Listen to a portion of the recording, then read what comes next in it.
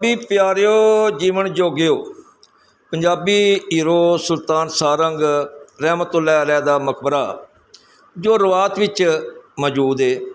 कुछ चिर पहला आर्कियालोजी वालियां उत्थे खुदाई शुरू की कि कबरां की निशानदेही करनी है। नाल उन्हें यह वादा भी किया कि कबरां दोबारा पक्कियां बना दित्तियां जावणगियां। आर्कियालोजी वालियां नूं कबरां विचों इंसानी हड्डियां भी मिलियां और वो जिस टाइम उन्हें खुदाई कर ली तो उस तो बाद उन्हें वादा खिलाफी करदे होए कबरां का निशान तक मिटा दिता और उत्थे फर्श पा दिता।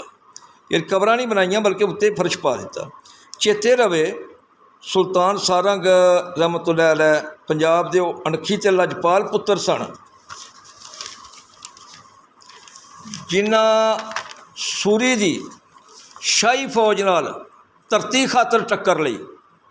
एक दिन विच इस महान पंजाबी हीरो अपने 14 पुत्र शहीद कराए, हज़ारां लश्करी शहीद करा दिते।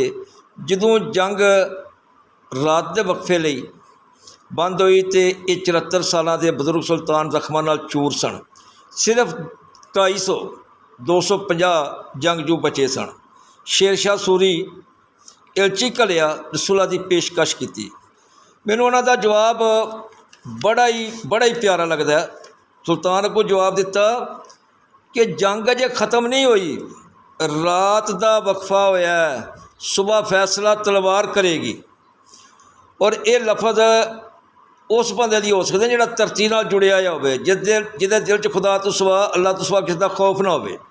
शेरशाह सूरी ने कब्जे तो बाद सुल्तान सारंग ते उन्हां दी औलाद ते साथियां नूं कोल्लू विच पड़वा दिता, पर उन्हां दे हौसले नूं शिकस्त ना दे सकिया। मित्रों, नामजामतियां दे जिंदा रहिंदे ने।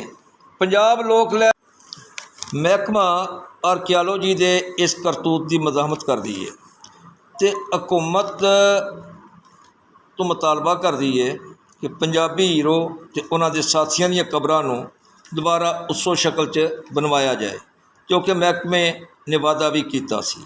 जीवे पंजाब सदा जीवे।